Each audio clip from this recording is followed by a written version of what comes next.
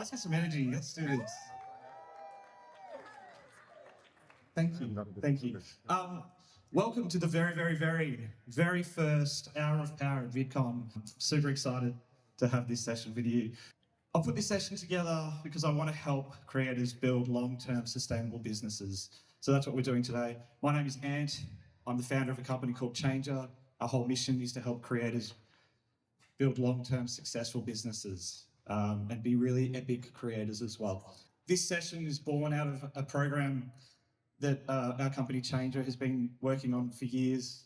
And Changer, we've been in the creator economy for a bit over 10 years. We partner with YouTube all over the world. I do have a funny Australian accent because I am Australian. But we partner with YouTube all over the world to run creator accelerators. We identify the next generation of creators and we bring experts like these amazing experts we have here with us today, top creators, and we bring the community together to bring insights and knowledge and expertise so you can all rise up together. Yeah, we started that in 2017 with the world's first YouTube creator accelerator, so we're pretty awesome. Thank you. So today's session is all about that. Like, you guys are today's creators, you're tomorrow's CEOs. You need to know a lot of things that is outside of content for this to be possible. So we've curated an amazing group of people. They all have 5 minutes. So it's going to be fast and rapid to drop the most valuable piece of knowledge they have in all of these areas of expertise. And actionable insights that you can put in place right now. This is very action-oriented. You'll be inspired, but you will challenged to go and do stuff straight after this. Yeah. So we have an epic list of experts with you. We've got Teilo here, we've got Alex Naghavi, Julie Walsh-Smith, and I'll introduce them individually so you know who the hell they are, but these are vetted experts. Sherry Wong, Thomas Frank, Zackary Fu, Elden, Teilo, Sarah. I'll give you more time with those guys as well. So, today, you don't need to be rapidly writing down notes and taking shots of the slides. Go ahead. We've got a QR code at the end so you can be present. We'll send you the information. There'll be probably more detail as well on that. So the first thing what we're going to do, we have Teilo. So Teilo is a coach. He's not going to introduce himself, I'm going to do that. This is Teilo. Everyone give a big up for Teilo. So Teilo has spent many years working in tech and startups and big companies, little companies. And he's also been working with Changer and working with really top creators to help them build their vision, their goals, and realize what these epic opportunities they have. So Teilo, let's do this. I'll give you this. This is the most powerful thing we have on stage. So go for it. All right, Teilo. Thank you, mate. All right, let's go. We've got 5 minutes. So, why are you in business? Why are you creating? You're here to create a version of the future that you want to see. The question I got for you up front is, could you articulate that future to me? Do you know it enough? In business, with an MBA and all the academics and all the consultants in the world, they do a lot of work to figure out how to define the future because it's important to know where you're going. I argue that with all of that material they put together and all the frameworks and all the books and all the experts, they're all missing one thing. I've read a lot of them, and there's some really great material in there, and you should know it. But they're missing you. They all talk about the nature of the business. But your business, you're a creator, you're launching into other areas, you're building an empire, or even just a small enterprise. It's all centered on you. And so if you don't know enough about yourself, you don't know how to create your future. So your vision for your business, and I'd argue this is the same for a $1 trillion business, a $100 million business, or just your 6 or 7 figure dollar business, is, do you know what you want out of it? Do you know what your future is in 3 years' time? The reason why I put this word up here is that this underpins how you can create your future. How comfortable are you with discomfort? When you think about your future, how comfortable are you asking for it? Asking for those things that you want, the world that you want to create, for you, your team, your audience, your customers, the world. What's your edge of discomfort? And I'd argue as traders, you probably have an advantage. So you'd be on the edge of discomfort all the time. Business is no different. So that's the first word, is discomfort. got another word for you now, and this is vision. So everyone in business talks about their vision and what they're doing. Can you articulate it? Can you bring it to me? Can you communicate it to me? How well do you know it? You only need one word, this word, for your vision. It's a yes. All the frameworks miss this because it's your yes. How uncomfortable can you get to what you're asking for your yes? You can own your yes and get on the edge of your discomfort. That's your vision. Your vision also used to be 10, 20 years in the future. Bring it forward to 3 years. Make it tangible now. But that's the word. Really simple to remember. Yes, strategy. Everyone gets really complicated about strategy, and they talk about all the different details of what strategy is. I argue that strategy, like vision, is pretty simple. It's your unique insights about the world. Big business, small business. What do you know that no one else knows? And then how do you execute that? And again, one word, no. Strategy is about your ability to say no for everything that gets in the way of your yes. Your time, your energy, the people you hang around with, the deals you do. How can you say no? Because every time you say no to something that distracts from your yes, you're saying yes to where you want to go. No is a really hard word to use. So now, how do you bring these into practice? We don't have time for that, but I'm going to give you a challenge in the next week. So, vision. Can you see it? Can you see it in your mind's eye? Can you explain it to someone? Really simply, 2 to 3 sentences. Most importantly, can you feel it? Because that feeling will motivate you and everyone around you when you have it. Strategy. This is about no, remember? Can no be your default for your time, your energy, and the people? And this week, flex your no. Practice saying no. And remember, with both of this yes and the no, the word to use is to embrace your discomfort. Thank you.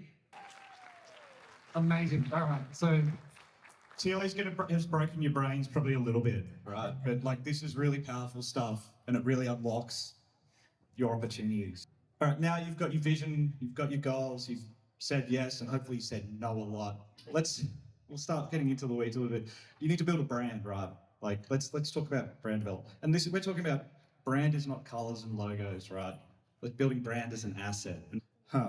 Radio sort of segue. Speaking of an asset, we've got a great asset here today. It's Alex Naghavi. Alex is an amazing creative director, and she has worked on some of the most amazing brands out there. She worked on Springsteen's online brand, RCA, MySpace back in the day. She also led the creative team that did Change's brand, which is the most beautiful, amazing brand in the world.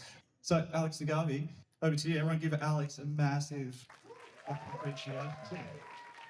All right, hi everyone. And if you don't mind clicking. All right, awesome. Or maybe one more time. Thank you.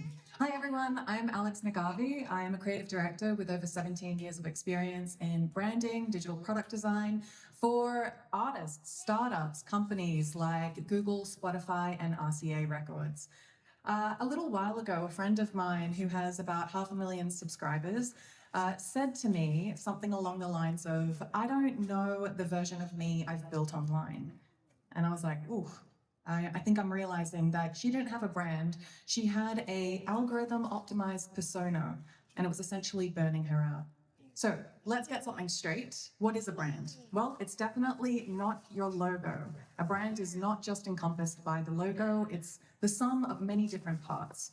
It's what people say about you when you're not in the room. It's what they remember when you're not posting. And if you don't define it, someone else or the algorithm will. So here's why branding matters. It opens the right door, and that's important. We all want that. A clear brand gets you aligned deals, collabs, and opportunities, and not just random ones. Your brand essentially acts as your filter. And so the clearer it is, the less chasing you have to do.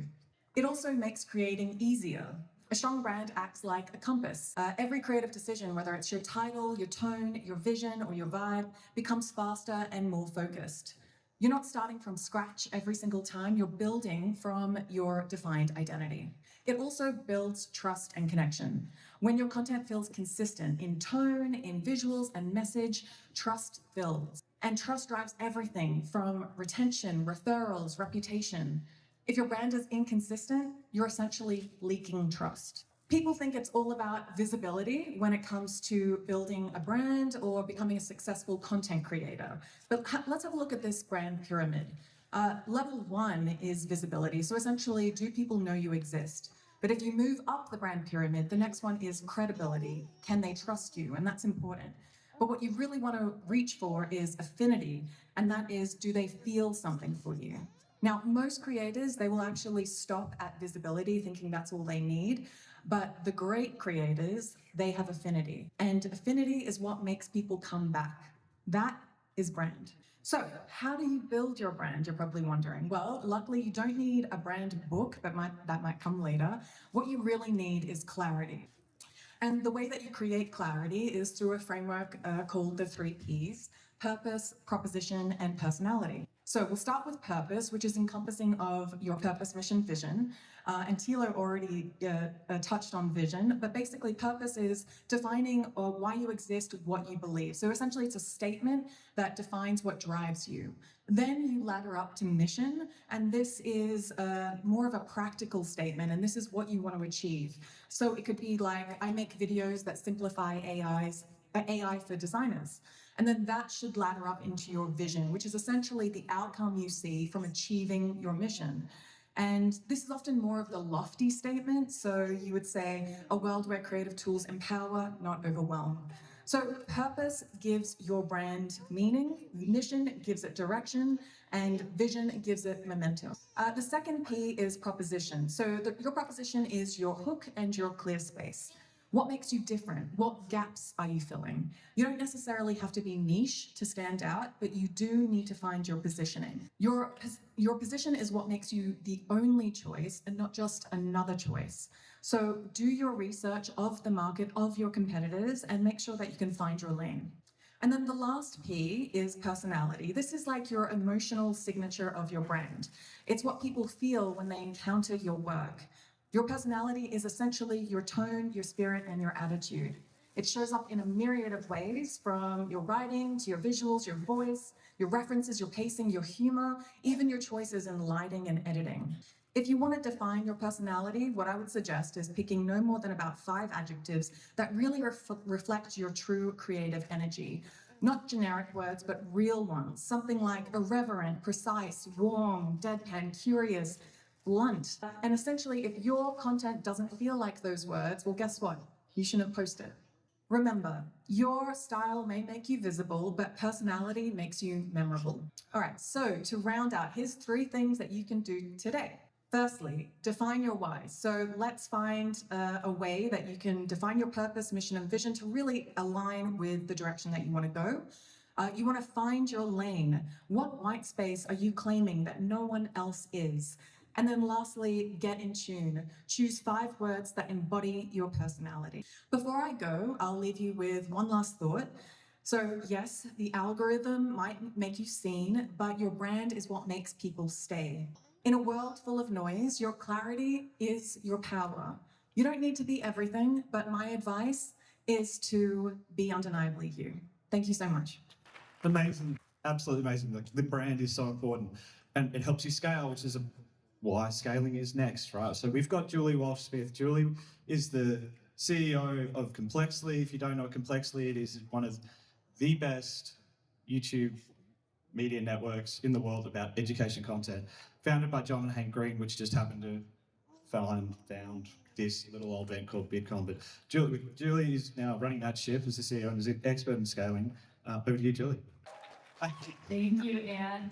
Hello, everybody. Yes, I'm Julie Walsh-Smith. I started at Complexly as Hank Green's assistant in 2014, and in 2016 became the COO, and in 2023 the CEO. Where we're at now as a business is we have Hank and John, our founders, who are now our advocates and our cheerleaders and our advisors. And meanwhile, I'm leading our team of 85 full-time employees in our evolution from a creator business to an educational media company. And so yes, scale has been part of that. When I first started at Complexly, life was weird. We were silly, we were productive, and we were very casual. Here's a cute picture of us with silly hats on. And for this group, it was not easy to convince everyone that their jobs would exist in 12 months. It was very easy, however, to keep everyone bought into the values and the purpose and the meaning behind our work because it was modeled so clearly by Hank and John. We started to grow slowly and steadily, and our employees started asking us questions like this: what is Complexly's mission? Or where will we be in 5 years? And I, to be honest, didn't like getting these questions because, one, the first one seemed kind of pointless because didn't everyone just kind of get what we were doing? The mission felt so obvious to me and Hank and John, and why did we need to spell it out? And the second question seemed silly because YouTube's such a new space. Why bother charging a course of 5 years? Which, Teilo has already said is important, and he's right. So we kind of dodged these questions for a while and instead just griped, why don't people just get it? Why do we have to spell it out for them? Eventually, people kept asking these questions. So eventually we realized that it wasn't fair to expect our team to read our mind forever. We just kind of we realized we couldn't just expect them to just get it for forever. I saw this comment online recently, and it really encapsulates the problem with that mindset. If you're waiting for your team to just read your mind, you're going to be waiting for a long time. And so, thankfully, we realized eventually that we needed to make what was implicit explicit. So think about how your team works together now, whether it's just you or a small growing team. The way that you work together, what you're working on, how you do it, and where you're going, a lot of it can go unsaid in the early days, because in a small group, that stuff just rubs off on each other in an easier way when you're a small group. But it does not work at scale. When you have a growing team, it is up to you to get all of your ideas and your strategies and your goals and your vision out of your head and put it down on paper, because that's how you guide your team in the long run, and that is how you scale you. So we thankfully realized this eventually at Complexly, and here are some of the things we did to make what was implicit explicit. We came up with mission and vision and value statements. We have editorial standards that our writing teams reference. Beat sheets help us determine the flow of a new format. We wrote internal value statements that define how we work as team together. Objectives and key results. Yes, some MBA jargon for you on this MBA session.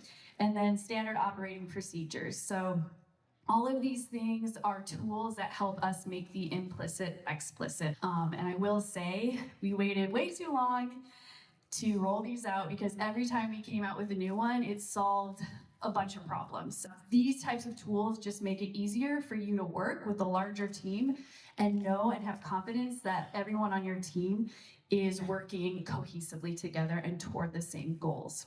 Also, ChatGPT will help you write a bunch of this stuff. So the key takeaway is, as you're scaling and as you're looking to do more incredible things with your growing audience, build a legacy for yourself, build a career for yourself, you need to remember, as you grow a team, they're not just gonna get it forever. You have to make the implicit explicit, and do it before you think you need to. Thank you. Thank you, Julie. Amazing.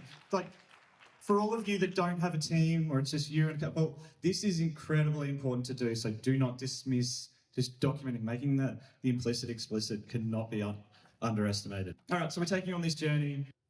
You're thinking about scaling. What do you need? You need people, right? How do you hire? Who do you hire? What do you pay them? Funnily enough, we've got an answer for you. We have Sherry Wong, who's the CEO and founder of Roster. They are the hiring platform for creators. They hire for the biggest and best creators in the world. Sherry, come on up. Come on, let's get some big ups for Sherry. Let's talk about hiring. Let's get this show going. Let's do it. My voice is very raspy because I've been yapping for the last few days, as I'm sure everyone here has been. But as Ant mentioned, my name is Sherry, and I wanted to say I am both a creator, like many of you in the room here, and the founder and CEO of Roster, a hiring platform for creators.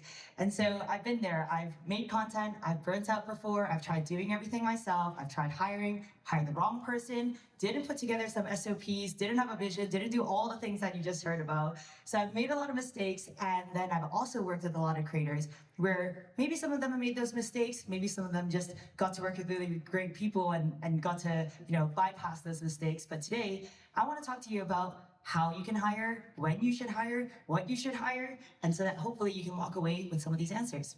So something you got to know is that I've worked with creators from anywhere from those starting out 10, 20,000 all the way through to 50, 60 million. And one thing that's really common is that every creator always hits a breaking point.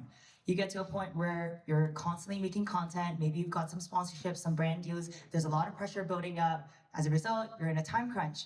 I don't know if there are any long form YouTube creators here, but I've done a thing where I would film on a Monday, Tuesday, Wednesday, Thursday goes on, I'm editing, I post on a Sunday, let's say, and then I'm back on a hamster wheel on Monday and I'm doing it again. And I'm just constantly in this time crunch. And so it gets to a point where it's inevitable almost that you have to hire. And the thing is, it's not just an if, but a when, especially if, like many of you guys, you eventually want to maybe do this full time or you are already doing it full time. So why am I talking about this? So as Ant mentioned, I have worked with tons of creators to help them hire, okay? These are creators across different sectors, not just your challenge videos, RL videos, beauty fashion creators, true crime, everything across the board. And I'm gonna distill to you some of the best hiring practices that we've seen. So let's say you wanna hire, right? The thing is, when do you do that? I think there's always a catch-22 where you maybe are thinking about hiring because you're not posting consistently enough. But the thing is, you aren't posting consistently enough, so you don't really have ad revenue coming in. You're not maybe making enough money, so you're like, dang, I don't have money to hire. So when should I do it? And I want you to think about some of these questions I have on the screen here. First one is, are you burnt out or are you on the verge of it, okay? All of us have a little bit of this litmus test we can ask ourselves. Are you kind of dragging your feet on a few things? And how do you feel mentally? And if you're not mentally doing well, you won't be able to be creative. So you need to take care of yourself. Second is pretty self-explanatory. Are you turning down sponsorship, revenue opportunities, okay? This is the stuff that's top line, so it's very important. Check with yourself, are you missing out on opportunities, having to say no to things because you just don't have time for it? And then third one is very common. Are you sitting on a bank of footage that you filmed? I don't know about you guys, but if I film a video and I don't do the post-production and I don't edit it within a certain amount of time, that excitement almost kind of dies down over time, and you do not want to be doing that. So if you have footage you're sitting on, maybe ask yourself why you aren't editing it, why it's not getting published. It's fine if it's an intentional decision to put it as a backlog, as a content bank, but you need to know very clearly why you're sitting on a backlog of content. And then the other questions are pretty self-explanatory. What would you do if you had an extra 10 to 15 hours a week? If you hired someone, ideally, they would be a good hire and they would bring a multiplier effect, which means your life should get easier. And that means you should free up some time to then go focus on perhaps higher priority things that only you know how to do. And then the last two things is, if you are planning on hiring, what should you hire? Then you should probably ask yourself, what are you good at? What do you like doing? And then what do you hate doing, I hate doing admin, so if I can outsource that, I would absolutely love to delegate it. So check with yourself.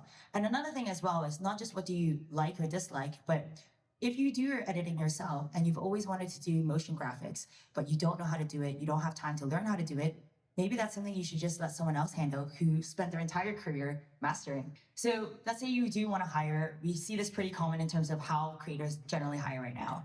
You post on your socials, you post on X that you want to hire, hey guys, I'm looking for a video editor or a thumbnail designer, and then you get swamped because everyone in the universe is now DMing you, whether or not they actually watch your content.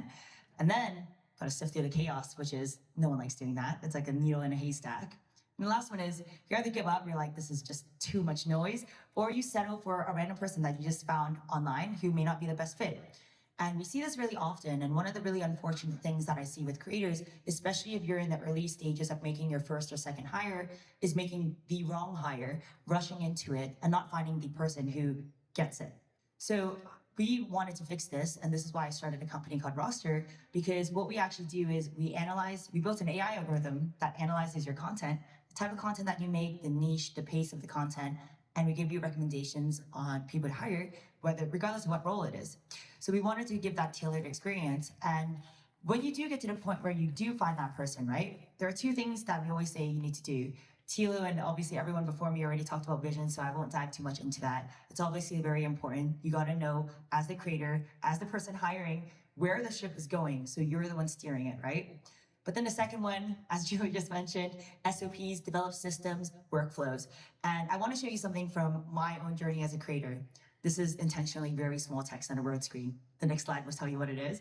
But this is my video editing document, okay? When I first hired my first video editor, I kept getting questions about like, hey, what font should I use? What colors do you use? You know, where do I get the music for your backtracks? Does this look good? And I didn't really know what I liked until I saw what I didn't like, which is such a colossal waste of time. So I started answering all these questions and I would just dump them on a Word document. And then before I knew it, I realized I was basically making an SOP for not just my video editor, but future team members as well. And so I want to leave you with this final slide, which is basically your checklist. If any of you guys are ever looking to hire, these are a couple of things that I want you to think about. First, deliverables. Align on what the ideal outcome here is. If you're hiring a thumbnail designer, do you want to do a couple revisions before you get to the final thing? Agree on how many drafts you're going to do so they can also manage their timeline, workload, and expectations. Second, that ties into timeline and comms. Make it clear, right? If you've got a sponsor, you have to rush for a certain deadline, make sure that you guys are both aware of the deadline that's looming against you guys. And then, of course, references, not just your own past content. Don't tell them, hey, just look at my past videos and figure it out, right? Maybe you don't have enough videos for them to look at, so maybe share some videos from other creators where you're like, hey, I really like Colin and Samir and the way they do their thumbnails. Can you help me emulate that? And it doesn't mean that you're copying them. It just means that here's some inspiration. And then the final few ones, brand guideline, of course. What's natural to you is not natural to someone else that's joining. Make their onboarding a lot easier. Tell them what fonts you use. Give them access to the tools that you have. Give them your login to your, Epidemic Sound, wherever you get your copyright-free music. And be sure to remember that different roles have different needs. So try to document it. And as long as you keep that document clear, that SOP there, your life will be a lot easier when you do eventually hire. So hope that's helpful, you guys, and thank you so much. How's everyone feeling? We're throwing a lot at you really, really quickly, right? Good? Okay, a couple of people excited, a couple of people asleep at the back. What's wrong with you? This is the best information you get. All right, you've hired, we're scaling. We need to be a bit more productive. We need some process. And productivity is not a series of hacks, right? It's like systems. It's clarity. And there's no better person than Thomas Frank, who is an absolute expert, creator, business builder. And I think he set himself the challenge of doing this as efficiently as possible because he is our productivity guy. So everyone give it up, Thomas Frank. Oh, hello. Like these people up here. Let's do this. How y'all doing? I figured I'd start this out in the most entertaining way possible with a long string of numbers. Like fun, right? If you're a particular type of nerd, you may already know what this number is, even though I've chopped off the first handful of digits. In a way, it's one of the most famous numbers in the world, but hidden in this number is also a story about how I once passed up a huge opportunity and wasted a ton of time in my business. So I thought I'd do a productivity talk about this story. A few years ago, I ran across this productivity technique, or really kind of like a cognitive technique for memorizing large numbers. Maybe a phone number of somebody who wants to date you. Maybe the latitude and longitude of a giant cache of gold that you can go find after this conference. Whatever it is, you can use this little thing called the major memory system to memorize this number very, very easily. So I go onto my big YouTube channel and I make a video about this. And I spend probably 50 to 60 hours prepping this video, editing it, teaching myself to memorize long numbers. And over 8 years, it gets 133,000 views, 2,000 views, which might seem like a big number, but in the context of a 3 million subscriber channel that gets videos upwards of 5 million views sometimes, it's kind of a missed opportunity. And I know this because my friend Sabrina basically did the same video a few years later and got 1.1 million views on there. Now, she didn't really make a video that was all that different from what I made, but she made one tweak that I should have made in retrospect, and that I kick myself to this day for not having done. You may have figured out what that big long number is at this point. Let me move it up so I don't chop off the first part of it. It's pi! Ratio of a straight line and a circle, 3.1415, whatever else the rest of it is. I didn't memorize pi for this talk because it doesn't really matter. Mike Boyd goes and makes a video about the same exact thing, 2.5 million views. ASAP Science, 39 million views teaching people how to sing their way to 100 digits of pi. And then they followed up a few years later with 2.5 million views on 300 digits of pi. For some reason, people love pi and they can't get enough of it. Food and numbers. Meanwhile, if you put the major memory system into youtube.com's nice little search bar, you're going to find 3 people who have made videos that cap out at about 133,000 views. Ultimately, it's kind of the same stuff, but nobody's looking for major memory system. They're looking for how do I memorize pi or how do I memorize something. Even Wired knows if we're going to teach people how to memorize anything, we're going to use pi as the example. Now, the small lesson here is if you can figure out something people are interested in, you can teach something that might be boring at first glance by linking those two things together. Bill Nye figured this out years ago, right? You don't teach kids science by plopping down a gigantic, p-value scientific paper in front of them. No, you have a TV show with bleeps and bloops and explosions and chemical mishaps and Coke and Mentos, all that kind of stuff, right? But the bigger lesson here is that in our businesses, we often get so busy ticking boxes. In my video editing process, it might be the best music I can find or the best scientific references I can put in the blog post that I put my videos, that we forget to be strategic. We get so busy wrapped up in this stuff. I used to write a newsletter and I would get so wrapped up in making sure I had so much value and so people could call it meaty. Meanwhile, my friend Todd, who runs a company called Pipe Dream, 1 million customers, has a new rule, 35 words or less in all email newsletters. And I read this more than the big newsletters I get. Or we spend too much time sweating the details. I have to get the perfect music. Or I put this great After Effects animation in my videos, and I think that's the secret sauce that makes people watch. And we forget to do a little bit of prep ahead of time to figure out, is anybody actually going to watch this? And we make mistakes like this. This video should be called How I Memorized Pi to 100 Digits, and it should have 4 million views instead of 133,000. And I would have still taught the major memory system in it. But I didn't take a few minutes to be strategic first. Now in this video, I did. This video is about something called spaced repetition, a similarly esoteric academic term that most people are not looking up. And luckily, I didn't make the same mistake. I didn't slap that in the title. I just said, here's the most powerful way to remember what you studied. And 4 million people watched that video. So in your business, do a few things to work smarter, not harder, bringing it back to productivity. Take a breather. Take 5 minutes before you start a big task, like a video or anything else, and ask yourself, what is the strategy I can use to get the most value out of what I'm doing? Find your most effective options. Maybe take a little bit of time to go look on YouTube and see if your topic that you're making a video on has any interest whatsoever. Maybe there's something a little bit more interesting you could tie that original topic to. And finally, ask yourself, what are the things I'm doing that are just ticking boxes? What are the things I'm doing that are just stroking my ego? What is my art? What is effective? What can I give to the world? And what's my ego? Can I get rid of the latter? That's all I've got for you. Thank you so much. Okay, oh well, fair enough. I didn't. Okay, we've been doing all this productivity, vision, mission, brand, all the things. But this is a human business, right? We are people, we're creators, we're creative. Everyone working in this are amazing people. And this next session is a testament to that because I actually met Zackary Fu, who I'll introduce you properly in a second. This time last year at VidCon, Zach was the head of partnerships for Zach King. Zach King was meant to be on my session that I was moderating. Zach was sick. King was sick. Zach King, not the king. Anyway, but Zackary Fu, he knows all of the stuff we're going to talk about. Like, Zach, come and do this. He didn't want to. I made him. We've been buddies ever since, and he's here, right? So it's a testament to that. He's here to share his knowledge of being an expert in partnerships in the creator space since Vine was a thing. So he is OG. Everybody, Zackary Fu, give it up. Hi everyone, so I'm Zach, and I produce celebrity and creator partnerships. So it's a very niche thing, but I just kind of grew into it just from being in the creator space for so long and working with these top influencers. Some of the people I work with are Selena Gomez, Ed Sheeran, Zach King, and ZHC. So why do partnerships matter? I believe that they're vital to a long career in the creator space. Consistent brand deals, collabs, and PR, they all rely on strong relationships and keeping these connections through the years. So the first thing that I would say is to give more than you take. And this is kind of countercultural because our industry can sometimes be like a take first mentality, right? But you got to be a rebel. You got to be the opposite. So give more than you take. And this is just the mindset of you want to leave people with more than what they came to you with. Like whenever you connect with people or have an impression with someone. And this can be like words of encouragement, advice, connecting them to your network, giving an opportunity, even a physical gift. And this can be applied at any stage of a person's career, which is what I like.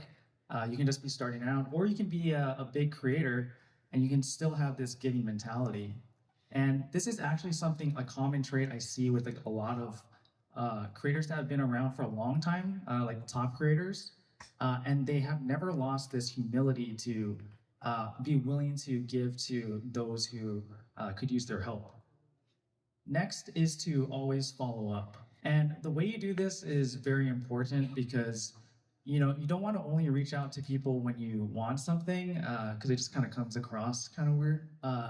You don't want to be that person, So instead of doing that, sometimes, to follow up and keep in contact with people, just reach out to show them that you care about them as a person.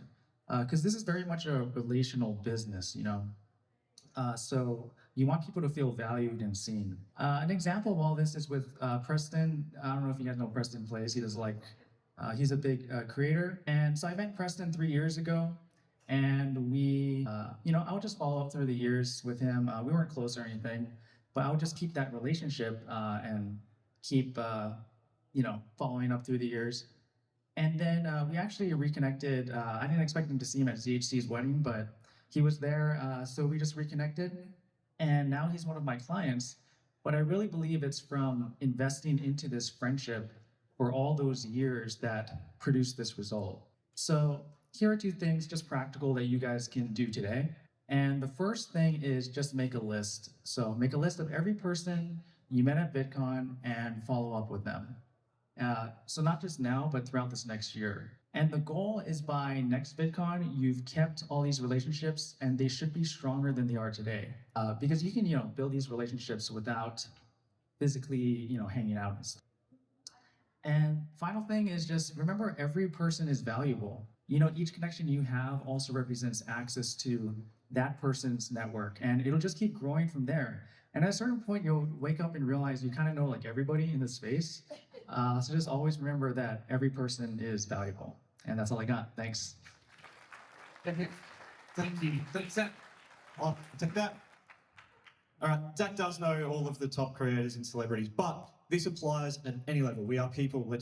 That's very important. All right, I'm conscious of time. It's the hour of power. Everyone's good? Yeah. Sort of, cool. Next, audience ownership. Most of us are all operating and playing on algorithmically driven platforms, which are bloody awesome. Algorithms are great. They get us to reach our audiences with our amazing content. But it's also important to have a direct connection to your audience. Elden Mirzoian, I've butchered your last name, but Elden and I are great friends. He is head of lead partnerships for creators at Beehive. Give it up, everybody. Elden. Almost well. Happy Saturday, everybody. Thank you for being here. My name is Elden. I lead creators at Beehive, which is a newsletter and blogging platform that helps you own the relationship with your audience. So I work with our top creators, our top celebrities, YouTubers, people who maybe haven't ever done written content or don't know how to do written content or own their audience or haven't. So I'm going to share some of the strategies, tips, tricks that they do, how they own their audience, and how to go about it after you've figured out the system to get views, get people on your videos, or any content that you do. So, one, I want to just raise your hands. How many people here feel like the algorithm is not in your control, not in your favor sometimes? You don't know when your video is going to go viral. Okay, quick. Okay, this is great. Let's fix that. So, one, I want you to understand that you, as a creator, hold all the power. I work at a platform. I'm telling you, the creators are where the money is. You guys have all the power. You need to understand that. You need to know that you actually own you need to own the relationship of your audience. And you do that by going off platform. So one thing I want to just kind of get off the bat is you as a creator should in a way look at algorithms as the top of funnel. So what we mean by that is you need to find new audiences, new people to discover your work. And when people discover your work, so you need to figure out a system to go viral.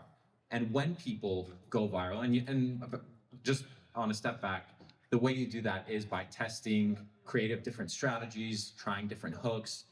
There's a lot of great psychology tips and tricks online, so I would recommend YouTubing that, and I'll try to provide some resources after. But once you figure out how to get people to your profile, you need to figure out a way to own the people on your profile or send them to another place. You don't want it to be a dead end. That's one thing we try to avoid.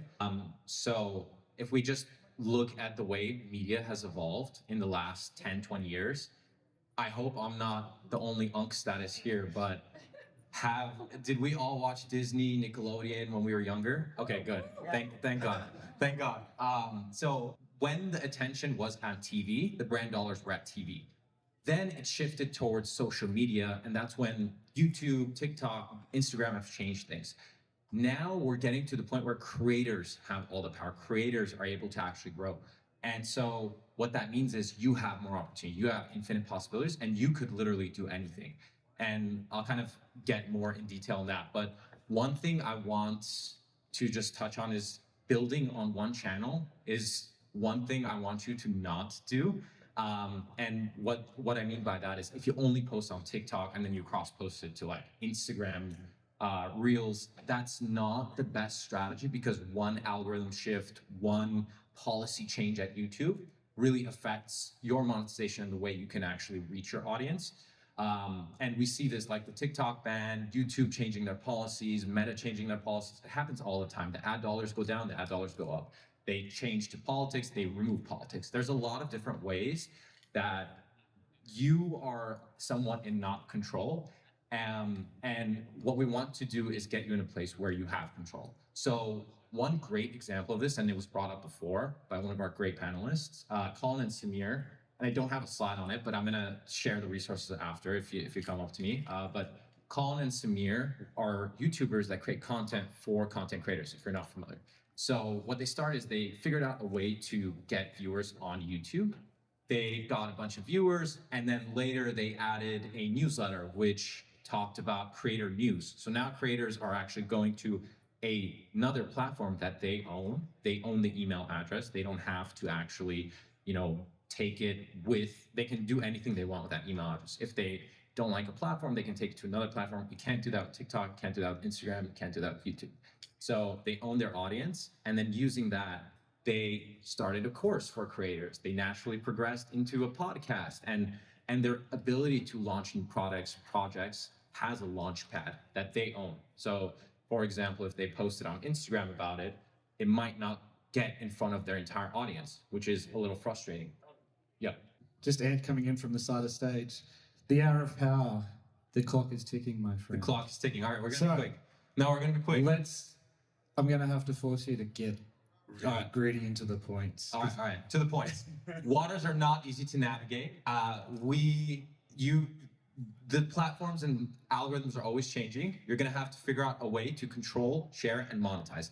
And what you wanna avoid is putting all your eggs in one basket, chasing vanity metrics. So what I want you to do is focus on engagement and a community and building a relationship with your audience, and don't ignore content market fit. So understand what your audience wants, understand what you're uniquely positioned to actually provide, and give them that. And what you can think about differently. Your audience is your asset, not just a number. Don't look at views. Optimize for ownership, not just exposure. Build systems, not just content. Figure out how to keep it going, and focus on content market fit. So again, where you're uniquely positioned and can provide value to your audience. So 3 steps you can do now. Just spin up a landing page. There's a million link in bio sites. There's Beehive. There's a bunch of different platforms. You can create a website. You can create a link in bio right now. Create a lead magnet. So you can ask your audience what they want to see and then give it to them and have them enter their email or just go on your community. And then test your content market fit. So then figure out a way to actually launch a product, project, or course. So you don't need a product today. Just take one step and you'll build the launch pad to launch your future product, project, podcast, whatever it is. So again, key takeaways: audience ownership is leverage, own your audience, polls are your cheat code, your lead magnet is your bait, landing page, link in bio. And think like Jay-Z, you're a business. And remember that you have the power. Thank you so much. This is very important. We will have the slides. And I also did warn all the speakers, I would hook those people off the stage if they went over their 5 minutes. Our next speaker, Teilo Chou. Teilo Chou is the creator's attorney. If you don't know Tyler, she is dedicated to protecting creators and helping them grow businesses, like all of our amazing speakers. Tyler sent me a voice message very late last night that sounded like it was coming from the depths of Hades. She couldn't speak, and she was like, I can't do this, I'm very sorry. She was devastated. She is all for creators. But somehow, we've got Teilo Chou, everybody. Hi, everyone. I want you to think about one number, $500 billion. That is how much the creator economy is going to be valued at, according to Goldman Sachs. Another number is $5 billion. That is how much Mr. Beast is worth today. The biggest employer of employees in the US is Walmart. Number 3 is Amazon.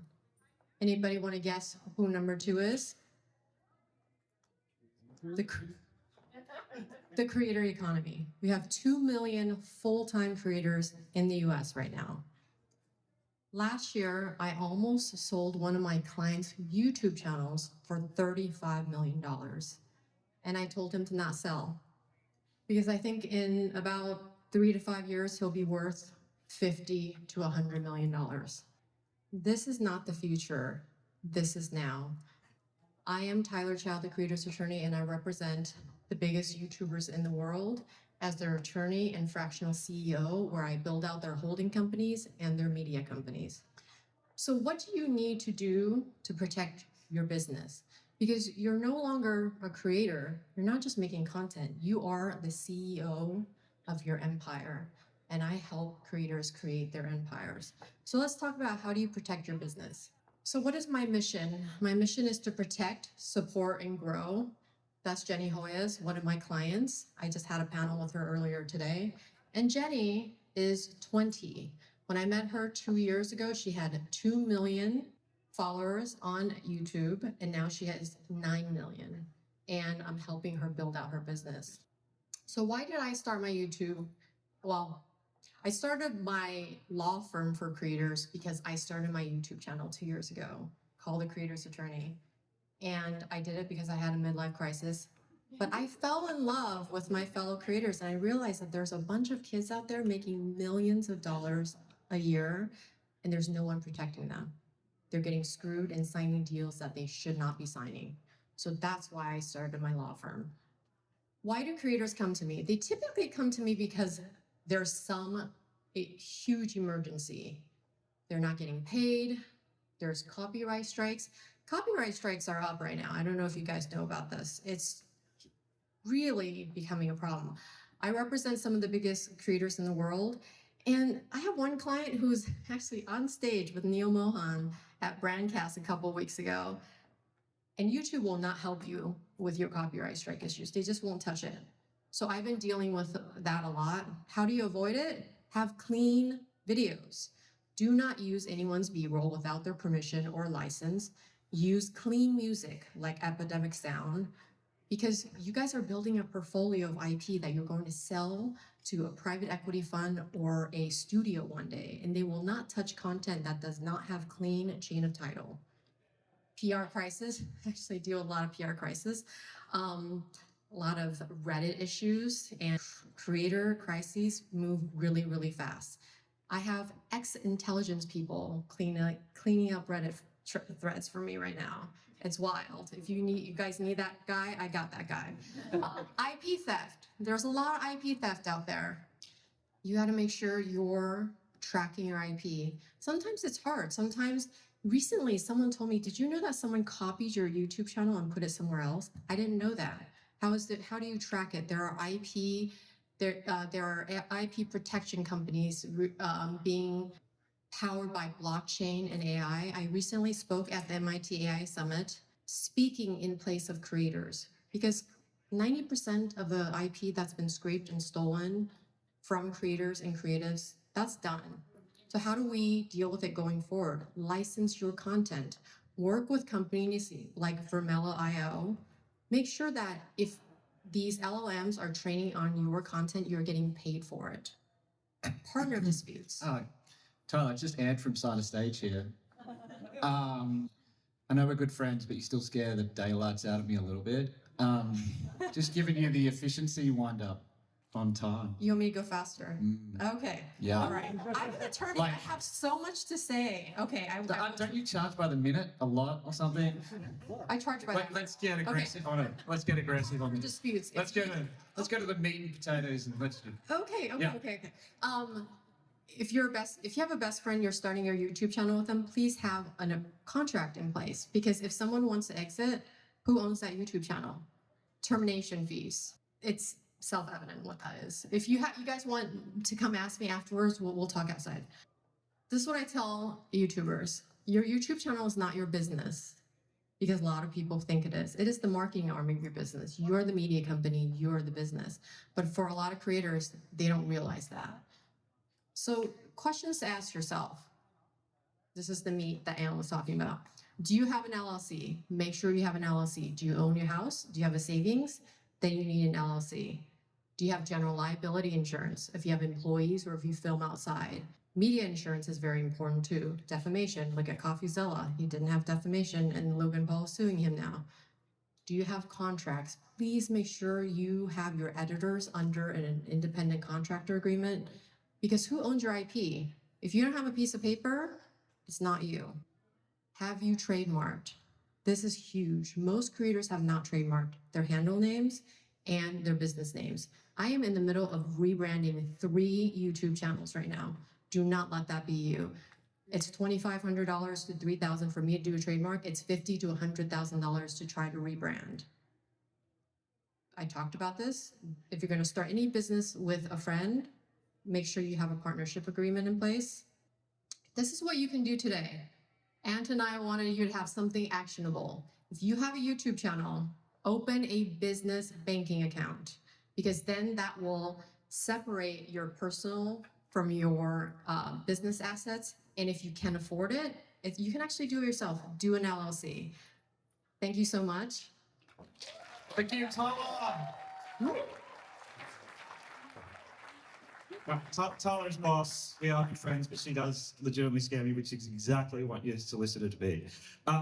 Last but by no means least, and also Sarah Renae Clark, who is a phenomenal creator, but she also is brilliant at product development, so much so that she has a multi-million-dollar business based off this, because she is an absolute genius when it comes to product development. Sarah Renae Clark, take it away. Thank you. Yeah. All right, let's see if I can do this in the last 3 minutes that we have left, hey? So, it's fine. So I am Sarah, and the reason I'm talking to you about products is because unlike a lot of YouTubers who earn money from brand deals or from ad revenue or even affiliate income, 95% of my revenue comes from the products that I make and I sell. So, I have dabbled in all kinds of products. I've done print on demand, I've done digital products, I've worked with a lot of different manufacturers, and out of everything I've done, there is one consistent thing that I have learned is a key to make sure that you make a great product. And that is that your product should be about your audience and not about you. So most creators, when they start and they think about what products they're gonna make, what they're actually thinking about is merch. And merch is great if you're a big creator with a big audience. But when I released my first product that made $50,000 in 3 days, I only had 100,000 subscribers. I was not a big channel. And merch is one of those things that you're going to reach a cap at some point where your core audience has bought everything and nobody else is interested because they don't know who you are. So the key to finding a good product is to actually, well, I mean, merch is great, but if you want to go beyond your audience and find a product that can sell without your name being attached to it, you need to think beyond merch. So You kind of need to learn to read the minds of your audience. And not just your audience, but the niche that you're in, the audience beyond your own viewers as well. So how do we do that? How do we actually know what our audience wants? Now, you can download this slide later because there is a lot on here. And I'm going to skip through because I wasn't intending to read them all, but Ant animated it beautifully for me. But here are some things that you need to be able to answer. So one is like, what are the biggest questions that you see your audience ask? Again, not just asking you, but anywhere that your audience hangs out. What do they come to you and ask for advice about? So what do people see you as the expert on where they're looking for answers? What do they actually do themselves that could be made easier for them? Or what are the things that you see them trying to put together or create DIY versions or templates or anything like that that you could do for them to save them time or save them money? What are the things that frustrate them? And there's more questions here as well. And if you can answer some of these questions, that's how you can actually find the perfect product for your audience. Now, to help you with that, here are some other places beyond your comments that you can actually look. So I actually love using the autocomplete in searches like YouTube, Google, Pinterest, Etsy. These are just some of the platforms that I use where if you start typing something about your niche, it comes up with a lot of suggestions. So that's great. Kind of build your own database of keywords essentially. Then take those and check out Reddit, check out the niche Facebook groups, look at Amazon reviews for products that are in your niche and see what are the things that people keep saying is missing from those. Google Trends, answerthepublic.com, ChatGPT even. Ask it, tell it who your audience is and ask it what might be a problem that you can solve for them. And then once you've got this information, the next question is, how do you turn that into a product idea? Now, my advice here is to not take out a loan. Do not go get $100,000 from a VC company and go print a bunch of stuff because you're going to end up with a garage full of stuff and a lot of questions as to what went wrong. Instead, my advice is to actually find something that you can create in a weekend or something quick. Because just like with YouTube, and you have to make 100 videos before you start to even get a bit of an idea about what works, what will go viral, even just what you're interested in and what works for your audience. Products are kind of the same. Your first product idea isn't going to be your best product idea. It's often the learning and the seeing what people are actually interested in that will help you to know how to make better products. So it's better to kind of start with low stakes. For me, the best version of low stakes is a freebie that's a digital download that all you ask for in exchange is an email address, because email addresses and your audience's time is still asking something of them. And then maybe it's a $1 option or something like that. Let me get practical and show you what I do. So I have two products. Again, thanks for the animation. I wasn't expecting it. So this is my first product that was my biggest seller. It's called the Color Cube. And this actually started as a free blog post on my website. I make coloring books, so a lot of people know me for that and think that's where I earn my money. But we noticed more people coming to the blog posts with color palettes than to any of my other content. And so we turned it into a PDF. We actually started with some $5 PDFs, and then we worked up to a $30 PDF, and people kept asking for more, so we made another, and we ended up with a little bundle, but it was all digital. And we sold these for about 4 years, and we listened to our audience again, and we looked at the feedback, and the biggest thing of feedback was, I wish I could hold this in my hands. And so we made a physical product, and in the first 3 days of launching it, we made $50,000 in sales. We were blown away. So this is my $1 million product. But it actually took a long journey to figure that out, and most of that came from creating something, and we make a lot of freebies, so it was testing a lot of things, following the audience, and then looking at the product. The other example that I have, and I tried to literally launch this product right before coming here so that I had a second example for you, because we make a lot of products, but these ones are exceptionally good examples of this. We have this thing called the Swatch Decks, which we launched 3 weeks ago, and we've almost sold out.